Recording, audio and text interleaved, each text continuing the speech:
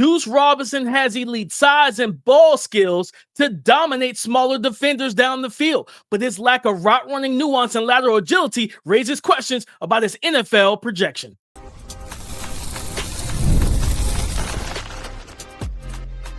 You are Locked On NFL Draft, your daily podcast covering the NFL Draft. Part of the Locked On Podcast Network, your team every day. Welcome back to the Locked On NFL Draft Podcast. I'm Damian Parson. That's Keith Sanchez. And today's episode is brought to you by Kalshi. For a limited time, download the Kalshi app and use the code Locked On to get up to $500 in bonus credits when you trade $25.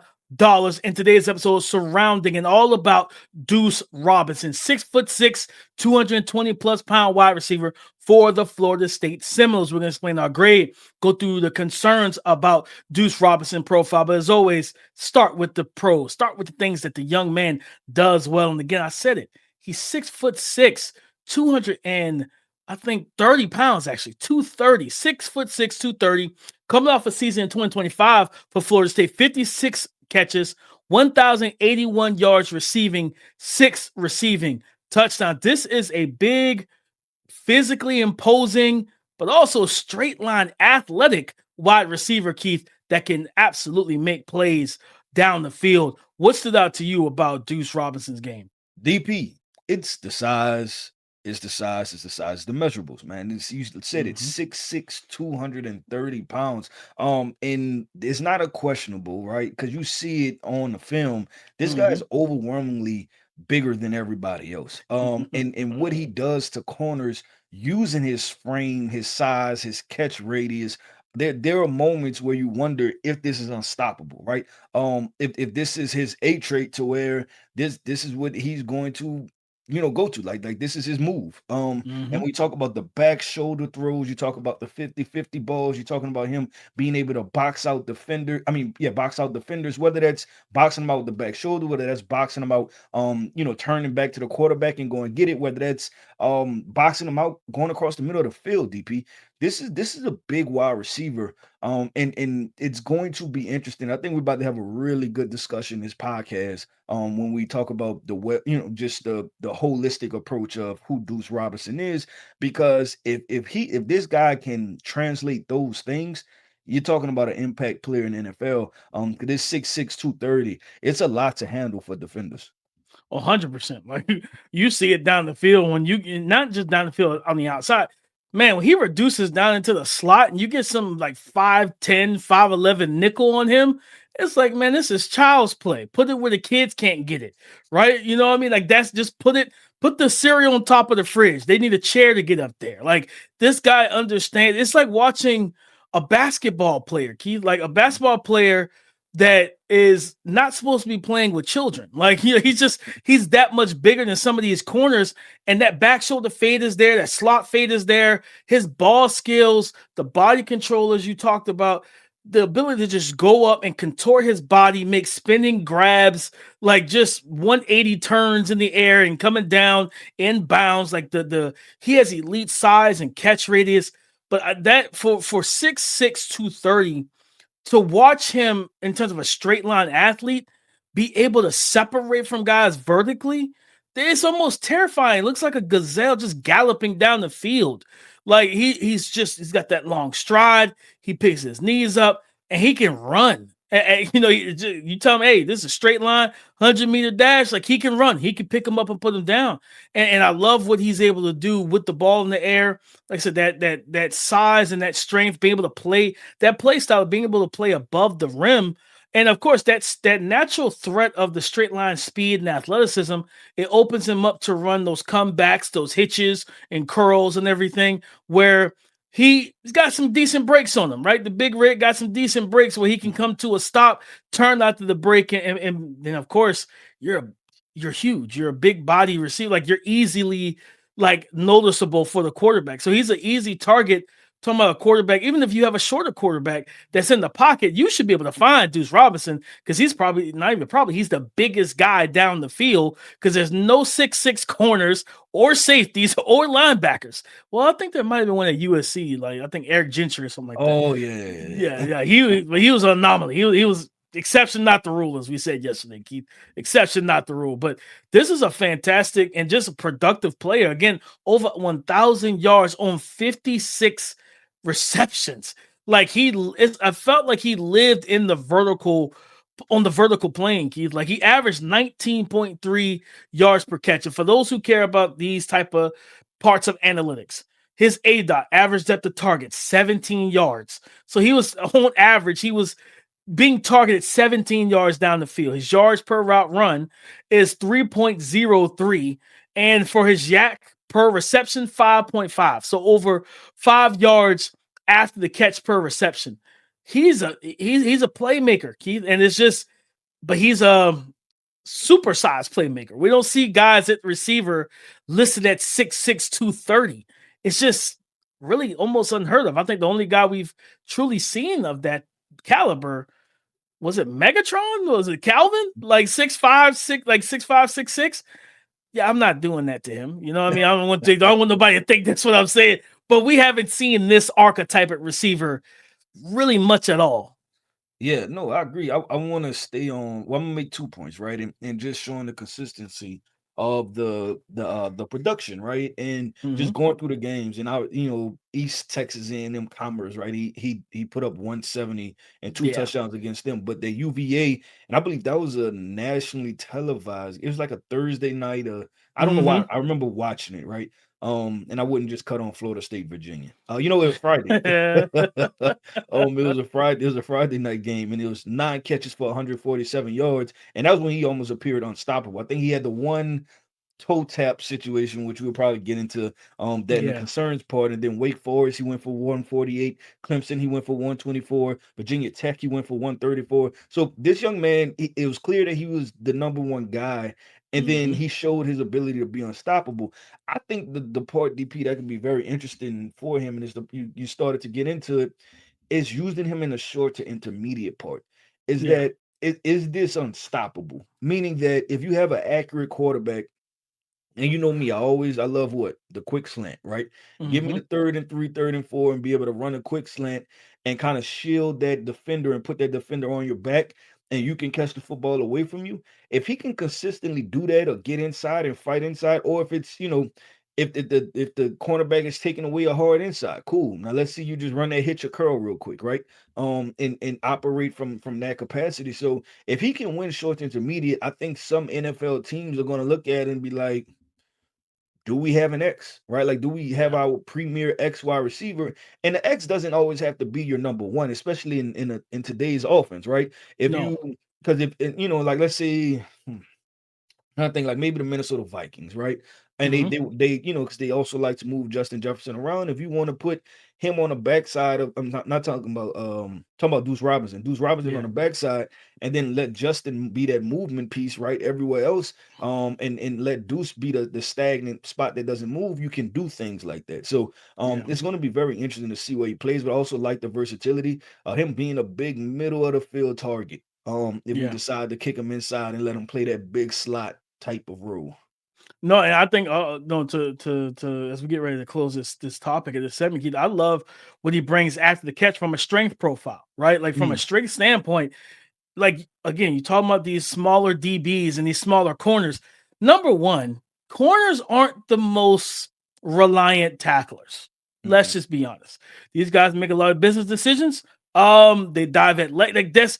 You it's rare, not rare, but it's not like when you talking about a class of 10 corners, you might have like 2 or 3 inside the top 10 who are like surefire tacklers. Like these guys stick their face in the fire, like Devin Witherspoon, and like guys who are just mentally different than most corners, right? Most of the times, Keith, as you always say, I don't need my corners to tackle like safeties. I just need you to cut. I need you to cover.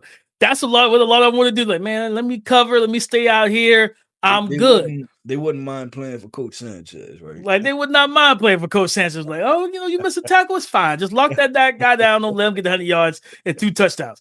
But when you got a guy like Duce Robinson, and to your point, you're talking about running that quick slant, running that end breaker, that crossing route on mesh concept. Now you have to tackle him in space with momentum, and you like whether it's back the corner that's covering him, or if you're playing zone and you got that cover two corner sitting in the flats opposite side of the formation, he's running the cross. You hit him on that cross, and it's like, okay, now I got to tackle 6'6", 230 with a head full of steam running in my direction. Like he makes it.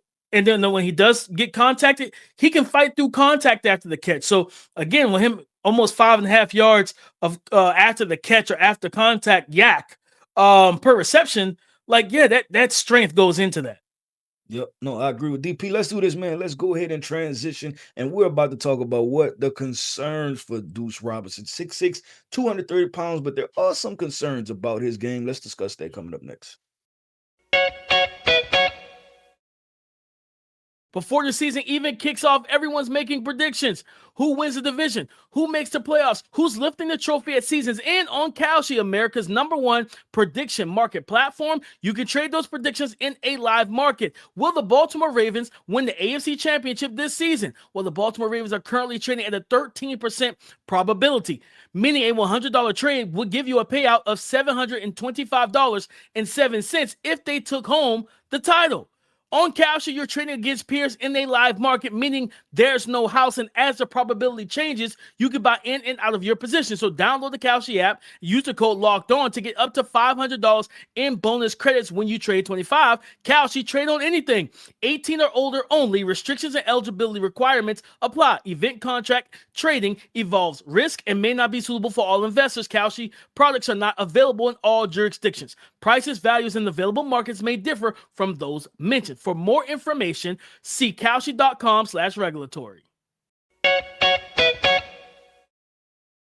Breaking down the concerns for 6'6", 230-pound wide receiver for Florida State, Duce Robinson. Keith, let's talk about it. What concerns stood out to you or alarmed you when you watched the film? Yeah, I don't know if you agree or disagree.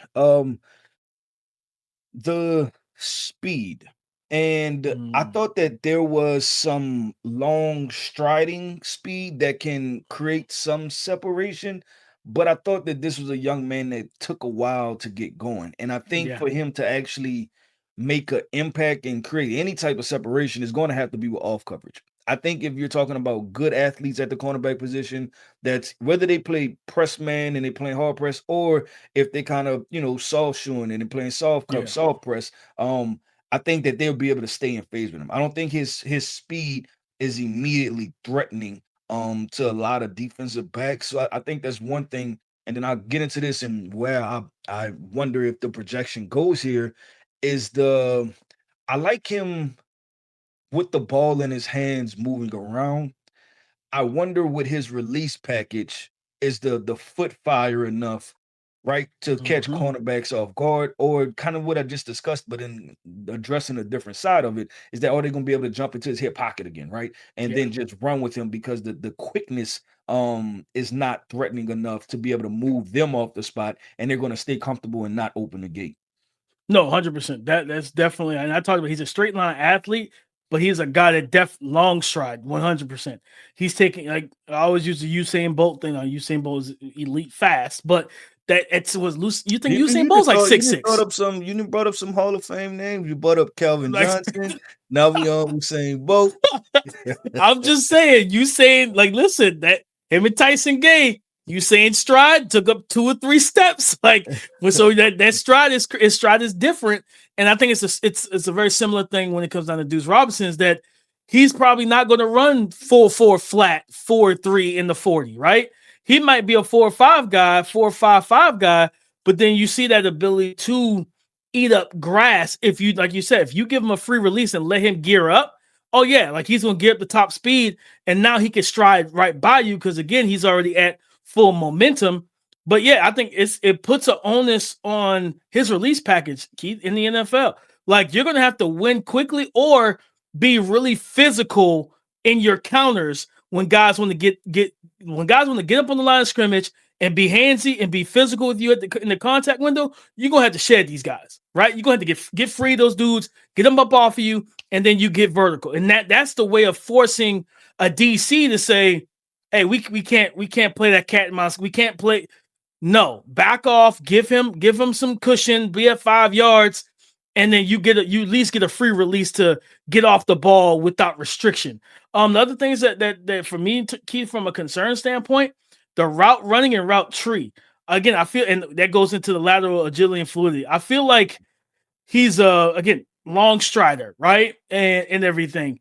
But the lateral in terms of like cuts and like, is he more of a guy that's gonna, like, you tell him to run that square in? Is he squaring it or is he rounding that corner? You know what I mean? And I think that's going to be a big question with his route running. And his route tree isn't robust. Like, he doesn't run a deep bag as a route runner where it's a lot of hitches, curls, go balls, some like deep overs and things like that. Slot fades, vertical. Again, his A dot was 17 yards down the field. He was typically living in the vertical game, deep down the field and everything. So the route tree and route running definitely raise a concern, because as we always talk about, what happens if you get drafted and you got to face these top tier corners, or not even if you're not facing the number one, but you're facing a really good number two, and can you separate? I think that was probably one of my biggest, because it's a little tough, Keith. I don't know how you feel about his route running.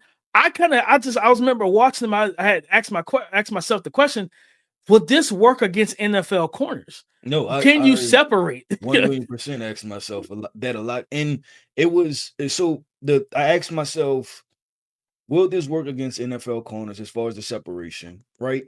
And then if it doesn't, and this is what I kind of was hinting at a little bit in the first segment, is this just a overwhelmingly a trait that you don't have to separate, right? Because we know so there's some wide receivers, right, that cornerbacks can stay in phase with, but they find a way to be effective. Now, my preference is that you be able to create some separation, right? Exactly, a little bit. Yeah, it's not something I want to bank on that you will be able to consistently win 50-50 balls all the time. So I agree with you. Like, I definitely asked myself, like, and I kept being kind of in the middle, like, I don't know. And I'm not like, one play is like, yeah, this won't work. Another play, I'm like, maybe, right? And so maybe it changes play to play. Yeah, no, it definitely changed play to play, but I think that's why, you kind of put in a bracket of concern, and he'll be a prime candidate to where, we talk about these all-star games, whether it's the Senior Bowl, the Shrine Bowl, whatever it may be. He would be an ideal candidate. I think that you would want to see him there, right? And be able to see him, and honestly, it's the one-on-ones. See his one-on-one reps and see his foot fire and how he operates live and in person. No, 100%. I think the other part of my concern, Keith, for those watching YouTube, they've already seen the graphic, because for what we're talking about, right, Keith, when you talk about the measurements, let's say he comes in and he's a legit 6'6", 230, 235. Keith, you know what the narrative is going to turn out to be. This is a tight end. You know that's going to, it is 100% going to happen. Somebody's going to tweet out, man, I don't know, this feels like Johnny Wilson all over again. Like, remember Johnny Wilson? I was going to mention him, but I'll say the difference though, DP. I thought Johnny Wilson had more foot fire and was quicker. Yeah, same. I that's how I felt. And Johnny didn't go high when he went in the 7th round, I believe, or something like that. And because teams wanted him to switch to tight end, and he said no. He wanted to play wide receiver, and that's why he felt like, because I guarantee you, if he said, "Yeah, I'll play tight end," he goes no later than 3rd round. He goes no later than 3rd round. 6'6", 235. He ran a 4.52. Like, just for people who did not know, Johnny Wilson, 6'6", 3'8", 231. He had an 84.5-inch wingspan, 35 3/8 on the arm, 10-inch hands. He ran a 4.52 with a 37-inch vert. His 10-yard split was 1.55. Like, yeah, if he says I'm playing tight end, yeah, you can bank it. He was going no later than 3rd round. Like, he was no later than 3rd round. We just saw Eli Stowers go in the 3rd round or whatever it was, the day 2 and everything. And I think he might have been 2nd. So it's like, yeah, that would have what Johnny said. No, I'm playing wide receiver. And if that's, we'll see about that. We'll see you in the 7th round, right? Because that just is what it is, right? But I just, that's the concern with Duce Robinson, because you're 6'6", 230. If you come in with similar measurements and measurables, you run a 4.5 flat, you jump 38 inches, and they're like, No, you would be a real receiving tight end. That Darren Waller type, like you would fill that bucket to a T. It's going to be on him to then answer that question. I think that's what's going to, this year if he doesn't, because I think as we like flesh out this conversation again with him living in the deep waters of the offense so frequently, does that hide you from the short route running? Does that hide you? Like, because then you can't you question it because you're like, okay, well, we didn't see him do it a lot, or we didn't see him do it much. He was always down the field. Is that by design? Because that's where you're most dangerous, or is it also to cover up any route running deficiencies in the short and quick game? And that's going to be the big thing. Like you talked about, Johnny Wilson, we saw him up in person. That man fingertips were down almost to his calves. Like his arms were crazy long, but he was quicker at the line of scrimmage than his body type would make you believe he should have been.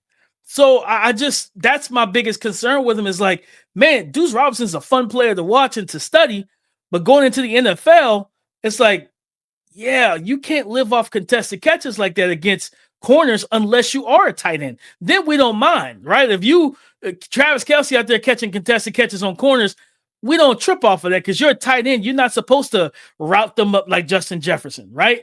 But if you're a receiver, we expect you to separate. Yep. DP, listen, we just came up with tons of concerns, right? And I think we're about to do and tons of questions, right? But I think we're about to give some answers, right?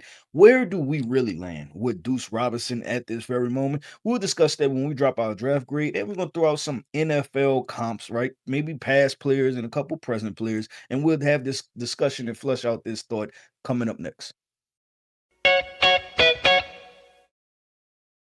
There are more live events than ever we're seeing right now. Games, concerts, comedy shows, festivals. The hard part usually isn't deciding where I want to go. It's trying to get tickets to the show. Between long wait times, confusing checkout processes, and surprise fees, buying tickets can sometimes feel a lot harder than it should. And that's why so many fans are turning to Game Time. The app is built to make buying tickets simple with upfront pricing, seat views before you buy, and exclusive saving opportunities to help you get to the events you want without the usual hassle. My biggest pet peeve is simple. I think I found the best deal, the great deal, that steal of a deal. Get all the way to checkout and I see the price skyrocket and it looks completely different. Well, take the guesswork out of buying tickets to every type of event with Game Time. Download the Game Time app, create an account, and use the code LOCKEDON for $20 off your first purchase. Terms apply. Again, create an account, use the redeem code LOCKEDON for $20 off. Download the Game Time app today. Thank you for making Locked On NFL Draft your first listen of the day. And thank you for making the Locked On Podcast Network the #1 sports podcast network in America. It's all because of you, our everydayers. Explaining the grade in NFL comps, Keith. This is probably one of the tougher receivers I've had to grade, I would say. What grade do you have for Big Duce Robinson? Yeah, this was tough, DP. This was tough. Confidence meter, right? Confidence meter on my grade. I'll put it at 60%. A little slightly over 50. 50%. I'm gonna go with this, DP. I'm gonna give him a top of the 4th round grade. Because I do think that the separation part is going to play heavily into his evaluation, but I think the size is going to be intriguing. Yep. And I think that, and while I would hope that he leans into the tight end part. And I think if he does, you may see his draft stock elevate even a little more. But I think 4th round will be the floor for him because the 6'6", 230, bro, you're 10 pounds off of being 6'6", 240. Right. I mean, and that's NFL draft math, but still, right. It's fairly simple, but we're saying get to this spot and the measurables are kind of off the charts. Plus, you played on the outside and you're showing that, hey, I could be a dynamic receiver threat. And I'm blanking on our guy, the Texas Tech tight end, right? Now Terrence Carter. Yeah. Like now, do you just immediately leapfrog him as far as that because it's totally different body types? Yeah, but in NFL NFL franchises are going to lean more to the 6'6", 240 guy than what they will the 6'2", 220 guy. Right, no, 100%. I'm with you. I had I had a early 4th-round grade on him as well, Keith, because it's just as a receiver, like it's just like, man, this is tough. Like, 'cause we've seen other big body guys or guys who are not as big of a frame of Duce Robinson. Like, typically we say big body receiver, we're talking 6'3", 6'4", and we've seen those 6'3", 6'4" guys who may have straight line speed but weren't the most agile or fluid route runners. And it's like, then they fell down the board. And it's like, oh, well, heck, our boy, right? And who's been making some waves in training camp, Malachi Fields. Like, people, once Malachi ran that 4.6, he was like, yeah, absolutely not. I don't want nothing to do with him in round 1, not even round 2. He came off the board with round 3, I believe, if I'm not mistaken. But I was like, and I'm still in on him. I think he's gonna work his way into a real shot in that wide receiver room. Because the thing was, he still had the quickness. And I think that's the part that people missed. And that's what the part that we were talking about with Johnny Wilson is that he still had the lateral quickness and there was burst there, which I think it could be tied to potentially some of the measurables, right? If you look at the not just the 40-yard dash time. Matter of fact, not the 40-yard dash time. Look at the potential 10-yard split from the 40-yard dash. Look at the broad jump. Look at the vertical jump. And I think Malachi Fields had a good vertical jump. And I believe he had a good broad jump, which lets you know there's explosiveness there. It's explosiveness that you can see on film. And what you just talked about it with Johnny Wilson. He had spectacular measurements. Eli Stowers, right, was another one. So the explosiveness, 100%. In my opinion, it directly correlates to some of these releases because it's the quick twitch motion that happens. No, 100%. The lateral footwork and different things like that.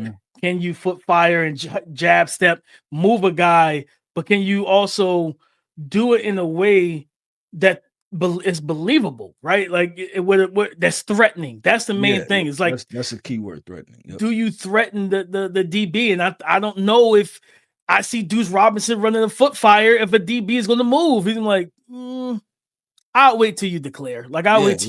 I'll wait. I'm not moving. I'm very patient here. Like we got all day. It's like that type of situation. But I'm with you. I've seen it before, DP, when at practice, right? When I was at LSU, when defensive backs didn't fear your speed, you usually had some trouble, right? Like you better find another real way to win because they just sit inside and play trail on everything. And they know that if you go vertical, cool. If you're going vertical, now I'm left with 3 routes, right? You're gonna run a skinny post, you're gonna run a corner route, you're gonna run a go route, right? Like, but once I know you get to a certain threshold, and best believe corners are counting it. Like, okay, cool, they had 15 yards. Up 15 yards, they're probably going vertical now. You know what I'm saying? Something like that. So definitely be a conversation. I wanted to ask you, comps. What comps did you have? It's not many. It's not many at his frame. Of course, you think about Johnny Wilson in terms of that height, weight similarities. I thought about Keon Coleman, another Florida State receiver, in terms of like the ball skills and which I think Keon was more aggressive and more physical at the catch point, but just how he won at the same time. Another name that came to mind, I thought about because he's been in the UFL for years and he's been dominant. Hakeem Butler, who was a wide receiver out of Iowa State all those years ago, but he ran in crazy thing. Hakeem Butler was 6'5", almost 6'6", almost 230. And everything, but he had 35.25-inch arms. He had a wingspan of almost 84 inches, and he ran a 4.48 coming out, right? And he still had to go to the what do you call it? He had to go to the UFL, and he played tight end there, Keith. So, and then the last one that comes to mind, and this is what goes back to your point, is like when you say, "Hey, I hope that he would embrace if the tight end conversation came about." Can we get you to 250 and you become Jimmy Graham? Can we get you to 250? Jimmy Graham was 6'6", he was 260, 35-inch arms, 10 and 5/8 on the hand. He ran a 4.53 with a 1.53 10-yard split, 38.5-inch vert. Like, I'm just saying, like, I don't need you to get to 260 because that's 30 pounds we got to add to you. Can we get you up to 245, 250 and deploy you like Jimmy Graham and Darren Waller? Because like you said earlier, you already know how to play the X receiver, the Z receiver, the slot role. We don't have to teach you that stuff. It's more so making you a functional blocker if we play you inline or as an H-back. But can we convert you into that big-time playmaker like tight end? And I think that athletic, because you're talking about him 6'6", 250, 245, 250, still running 4.5, whatever, and hard play action. He's H-back off the line, and he runs a seam. You know what I mean? And it's like it's him and a 6'1", 6'2" linebacker. Man, I'm putting that thing helmet or higher, brother. Especially if it's split safety, I'm going to you all day right at the seam. Like if they go cover, if they go single high, middle of the field close, great. We run you with on the corner route. We attack the seam, we run the corner, and I'm still putting the helmet high and letting you go up there and moss that smaller defender. That's probably going to be for him to be the fully maximize his ceiling and reach that. It might be at tight end, and I know that's a difficult conversation or thought process for fans because they think we're. Fans. Some fans are, they don't think the way we do. Like, man, why are you saying my guy got to switch positions? Like, man, I'm trying to make sure he has a long career in the NFL, and that's what I mean by maximizing and hitting that ceiling. This dude ended up being an All-Pro, Hall of Fame tight end potentially, or a Pro Bowl caliber tight end who plays 10, 12 years. But if you're a wide receiver that can't separate and you're living off of contested catches and winning the vertical plane and you're not a 4-3 athlete, it makes your life a lot harder in the NFL. Yeah, 1,000,000%. I thought of like I said, we talked about Johnny Wilson. Like I said, I think Johnny Wilson's quickness is elevated. I thought of Darren Waller as a potential tight end prospect. Comparison. And I think Darren was a wide receiver, right, at some point. Yeah, yep. In college, transition to tight end. Yeah, and then the other big guy, but I still think that this guy was more dynamic. I believe it was Malcolm Floyd. Remember the old Chargers? Yeah. Wide receiver. Cause looking at Mike Driver, he was 6'5". He was a full 6'5". So that Chargers team has some pretty tall wide receivers. They definitely did. It had to be something like that. But I still think Malcolm might have had. Is it Michael Floyd? Malcolm Floyd. Might have had more. It was Malcolm Floyd that was for the Chargers. He had more speed, I believe, than what this young man has. So it's gonna be very interesting to see. Oh, the other guy I thought of, and this was funny because I went back and I watched some highlights of him. Devin Funchess, and remember Devin Funchess? Yeah, him and Kelvin Benjamin. Yep. Yeah, and then I'm watching highlights, and I'm like, why is this quarterback wearing number 98? I don't know if you remember the whole Devin Gardner situation, and he wore number 98 for like I was confused. And at first, I was just watching highlights, and I was like, oh, check that out. And then I was like, I wonder if that was like a fake punt, right? Like, what happened, right? Like, was there some scheme stuff that I went on remember and it this. kept being number 98?